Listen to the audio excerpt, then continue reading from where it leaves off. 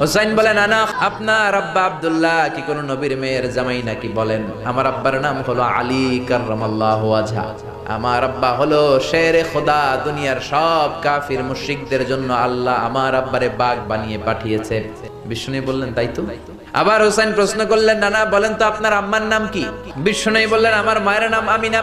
হুসাইন বলল, নানাজি, জান্নাতে সর্বপ্রথম যেই মহিলাটা ঢুকবেন ওই মহিলাটা হলো আমার আম্মা জান ফাতিমা।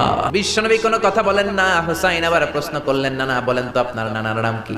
বিশ্বনবী বললেন, আমার নানার নাম হলো ওয়াহাব ইবনে আব্দে মানাফ। হুসাইন বলে, নানা আপনার নানা ওয়াহাব রে কে চিনে? আর আমার নানারে চিনে না এমন কোন মানুষ পৃথিবীতে নাই। এই হলো আমার নানা। এবার বলেন কে দামি?